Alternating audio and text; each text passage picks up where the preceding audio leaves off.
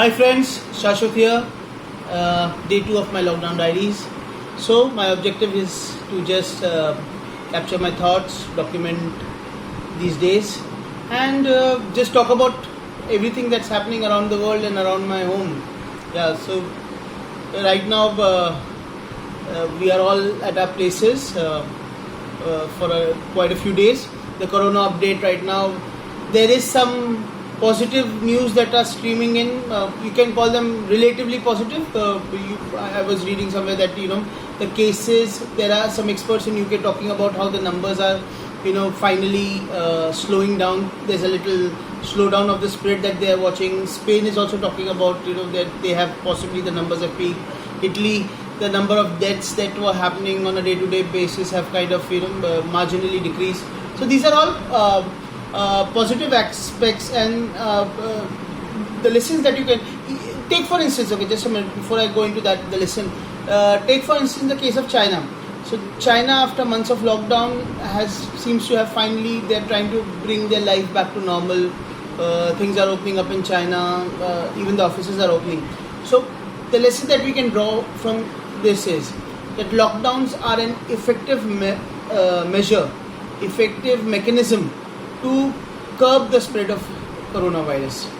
And whichever countries have stringently applied these measures, they have succeeded. India is trying out that at the moment. There are more than 75 districts in India, all the major districts. A countrywide lockdown, unprecedented in scale and size, is in effect right now. Yes, there are challenges. I hope we are able to cope with those challenges very stringently and positively. I'm sure we can. This crisis will. In addition to all that thing, you also had the news of Olympics. Olympics have finally got a date. They will be in July 2021. You also had the story about how the Backstreet Boys are coming back as a band together for a good cause, kind of a thing. So that's about on the positive side. On the negative side, what stood out for me was a bit that came from President Trump. He spoke about the crisis in US, and he gave a very disturbing thing. He talked about a disturbing thing. He gave a figure that if close to 100,000 people die in US because of the coronavirus, it won't be a sad thing. It won't be. They would be a kind of a success thing. It would be a sad thing, but it won't. It would be a kind of a success. And while 100,000 people statistically might not be that much if we compare to the kind of infected and all those things, but 100,000 people is a big number, and it really bothers and saddens me that these 100,000 people who are at risk and who might die is done so because the governments couldn't take appropriate action at the time. And if only they had taken all this thing at the right time, if they had enforced social distancing, if they had made provisions for all the medical equipment, if they had kind of prepared for this thing, which was not surprising.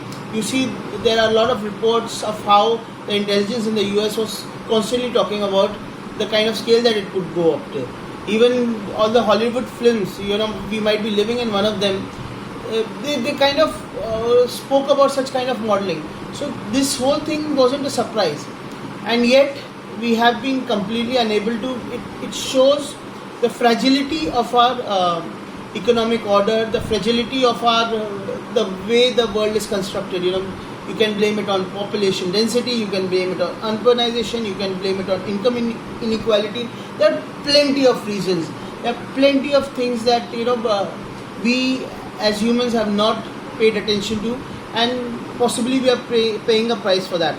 On the Indian front, you had yesterday Narendra Modi, Prime Minister Narendra Modi, kind of apologizing for the hardship that has been caused.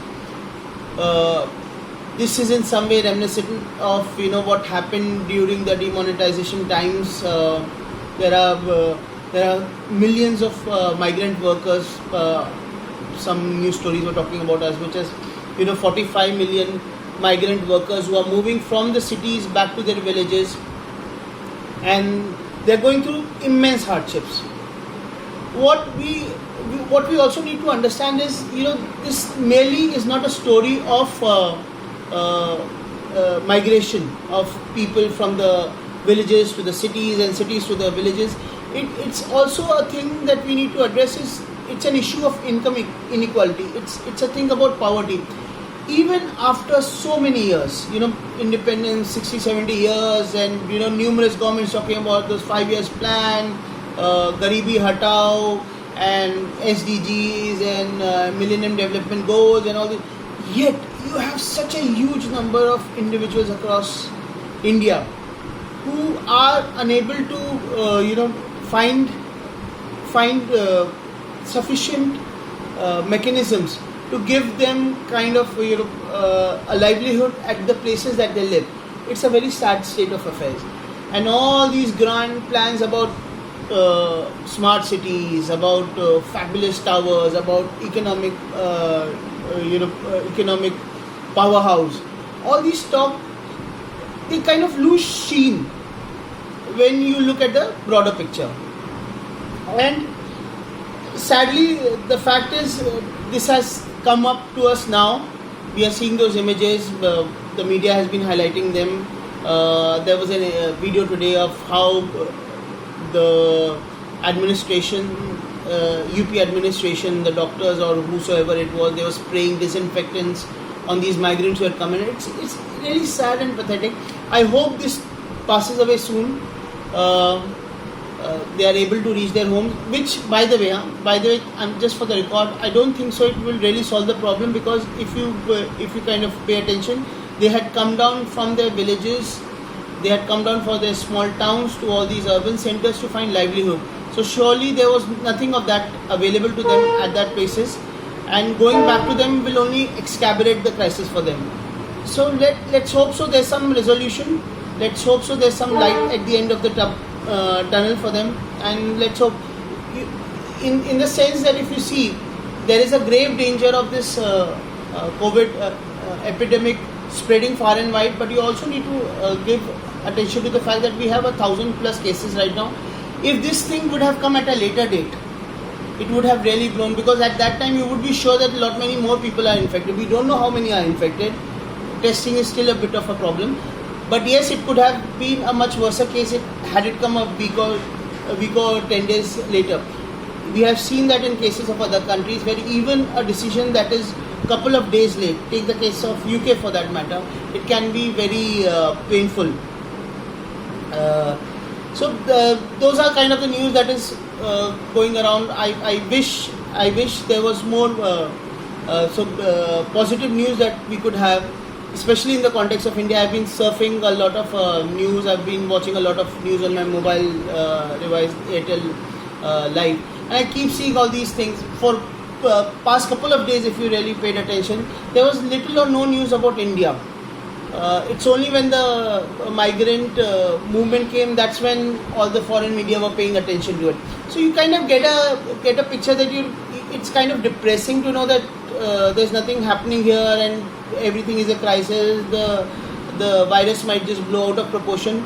But on the other side, if you see, there are quite a few things that are also happening. As a journalist, I keep getting mails from all the corporate PRs talking about the kind of work they are doing. There are a lot of companies that I personally know and I personally hear about. They are donating huge amount of sums to this thing. There are Tatas, there are Mahindras.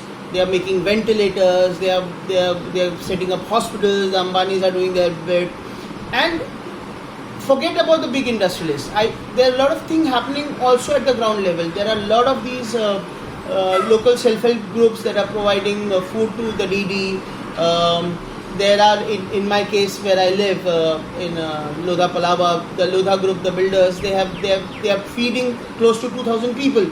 There are a lot of gurudwaras across India. I know they're feeding hundreds and hundreds of people. Akshay Patra is feeding the Akshay Patra, which was feeding children for the meal for school program.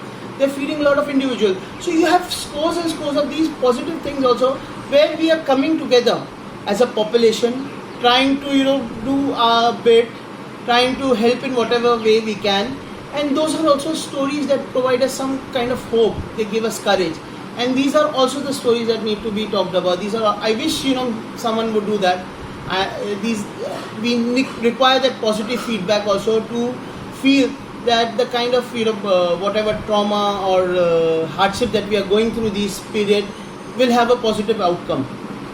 So that's about the rest of the days. I'm spending a lot of time watching television, as I said, on my mobile these days, because the TV has been completely overtaken by my kids. They have YouTube is the favorite go-to channel for them. They keep surfing a lot of that thing. They play a lot of games, and interestingly, before Doordarshan came out with the whole thing about airing Ramayana or Mahabharat, we had started to watch Mahabharat as well, the B.R. Chopra's old Mahabharat, and it's fabulous. I should tell you that in one of the episodes of Mahabharat, we are just gonna watch it today, hopefully. Yeah, the genesis of Draupadi, the role played by that saint, the sage who does the yagya to bring Draupadi, is played by my dad. Another, funnily enough, I was trying to make my sons watch another serial which I believe was a great favorite of mine when I was young during the Doordarshan days, and that was Bharat Ek Khoj.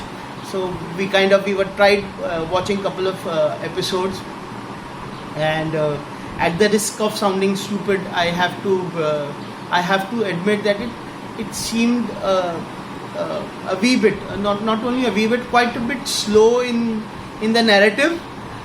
Some of the most challenging aspects are the long songs that come in between that narrative, and it kind of break the whole flow. Those songs are not also great bit of poetry, so it kind of it's kind of taxing in that sense. But yeah, we are trying to cope up. Netflix, we have kind of run out of our quota of movies to watch on Netflix and all. So we spend a lot of time surfing what to watch. You have to keep in mind that I've got 2 young kids, so it has to be a very good family viewing. We can't watch Narcos and those kind of episodes. We have to watch. So yesterday we watched, I think so, Amar Akbar Anthony was the film that we watched. And strangely, of all the actors, if you see, only Anthony is still working, and to some extent Amar. The rest of all have either gone away or retired. So we are doing that. If you have any good suggestions on what to watch with kids, please share them with us. Hopefully, as we go through this crisis, as we go through these trying times, we will keep our sanity. We'll keep our this is what for me. We are playing a lot of Ludo. We are trying to do as much as masti. I hope you are doing that too. Spend time with your family, do a lot of things, and keep yourself busy. I'll catch you again tomorrow. See, I kept my commitment today. I hope to keep it tomorrow as well. Thank you. Bye bye. See you again.